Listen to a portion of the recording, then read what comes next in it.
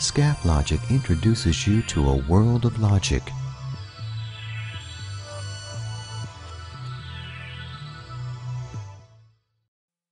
In this episode, we will continue improving on our building by changing the garage and adding a roof.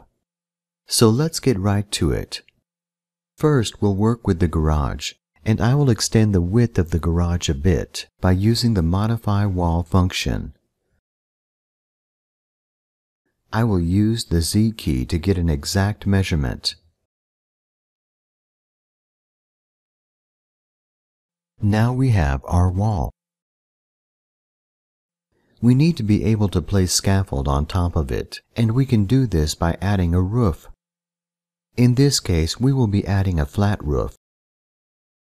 Let's go into Roof Properties, and the trick here is to add a roof angle of 0 degrees. We also need to remove the overhangs by setting it to 5 centimeters. When we do this, the system will automatically recognize this as a flat roof, and then we'll be able to place scaffolding on it.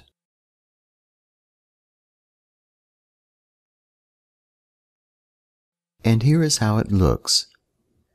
Before we can add a scaffold, we need to change the property which will allow us to place the scaffold.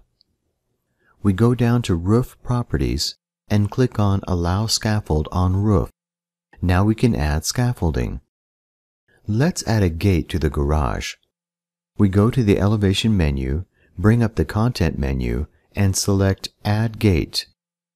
Let's change the properties of the gate by right-clicking on the Content menu. And here we have the ability to change measurement parameters. One of the things we can do is change the distance from the wall. So let's make it a bit wider and a bit higher.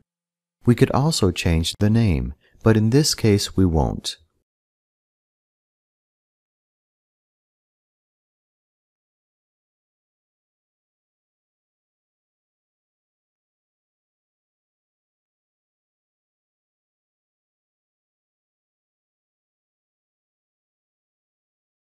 And here you can see we have added the gate. We can't see the protected area in 3D mode, but we can see it here in 2D. Let's do the same thing to the stairs because we will need to be able to enter the house through this door. So we will add an object called Protected Area, and here we are just following the lines of the stamp stair object. We will finish it off at the beginning point. We can go in and select the clearing height, and in this case, we will make it to 270 centimeters and confirm it.